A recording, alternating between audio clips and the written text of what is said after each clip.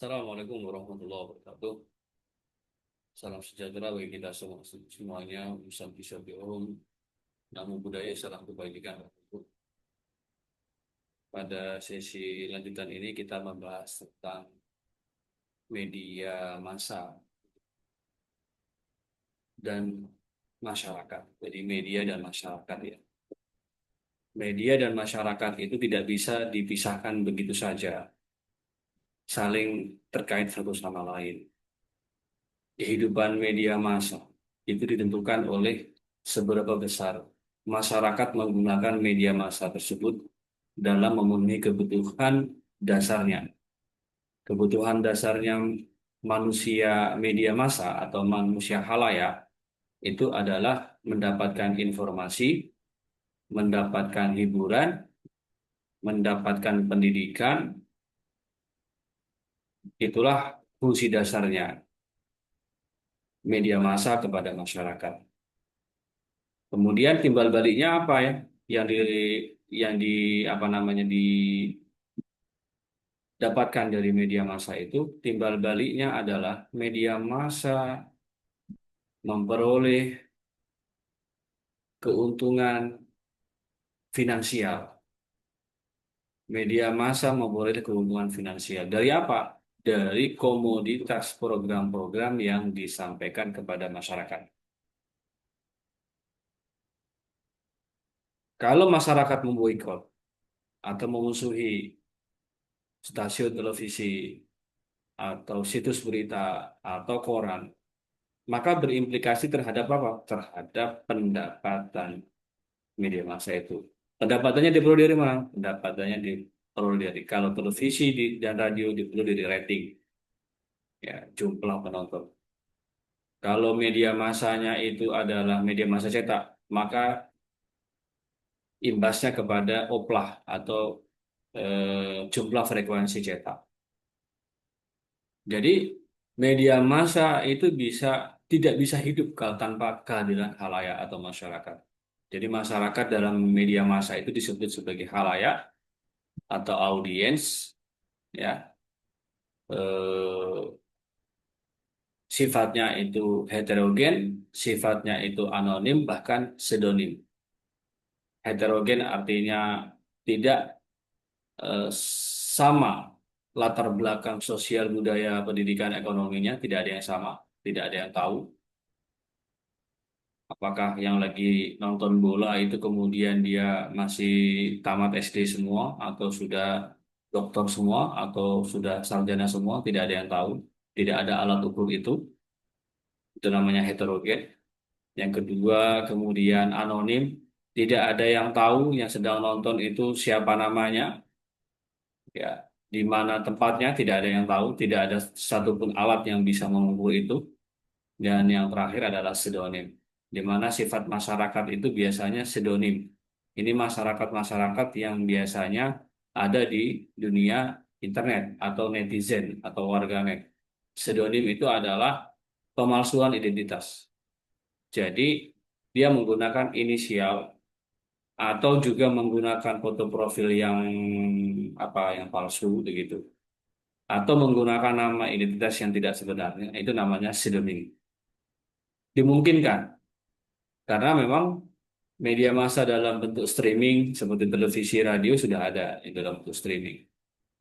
Bahkan media massa yang tadinya paper cetak ya, sekarang sudah paperless, sudah e-paper.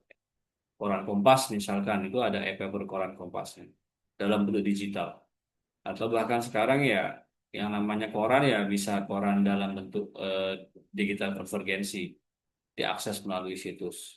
Artinya siapa yang mengakses informasi, mendapatkan kabar atau berita, kemudian melalui media massa berbasis internet, maka itu yang membaca atau pembacanya atau penontonnya itu sudah termasuk kategori netizen atau warganet. Nah, warganet itu ada juga yang memang dibentuk melalui akun-akun yang tidak diketahui atau pseudonym tadi, pseudonym ya. Barangkali itu kemudian jadi masyarakat yang nonton di media massa itu berimplikasi terhadap rating, terhadap jumlah viewers. Kalau ratingnya tinggi, viewersnya banyak yang mengunjungi situs, yang mengunjungi media sosialnya, barangkali begitu, maka berimplikasi terhadap pendapatan iklan. Jadi pengiklan atau biro iklan advertising itu memberanikan diri untuk iklan di eh, media tersebut.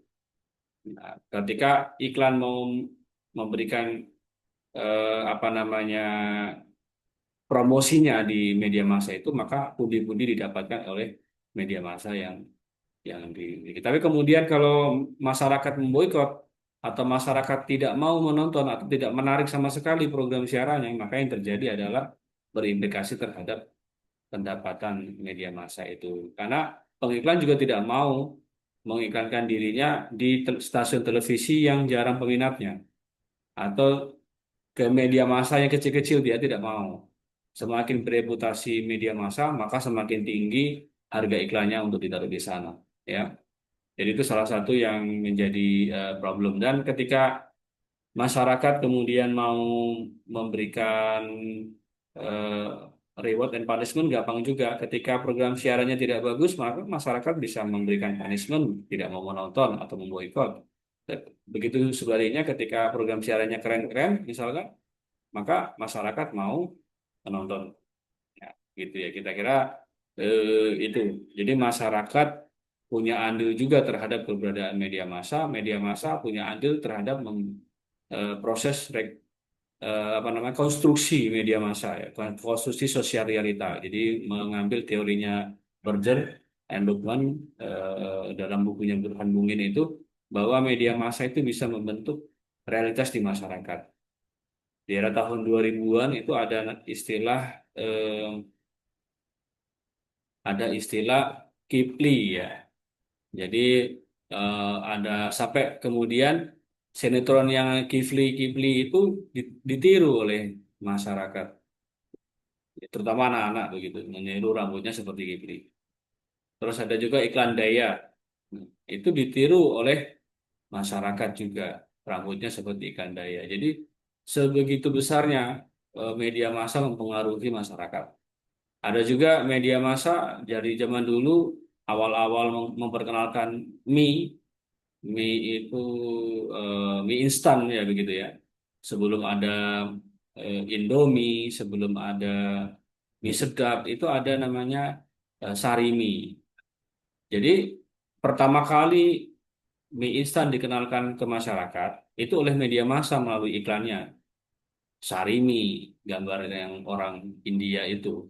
Orang India yang kemudian dibungkusnya itu ada gambar orang India. Jadi itu namanya Sarimi. Nah, Sarimi mereknya Sarimi, mie instan. Sehingga ketika muncul ada Indomie, ada mie sedap di pasaran, orang-orang dulu pertama kali menanyakan tentang mie instan itu ke toko atau ke swalayan itu pasti ada nggak Sarimi? Oh ada.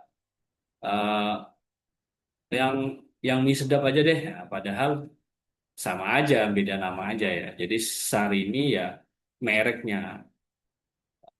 Kayak misalkan obat nyamuk Baygon juga sama. Itu pertama kali dikenalkan itu adalah media massa yang perkenalkan Baygon.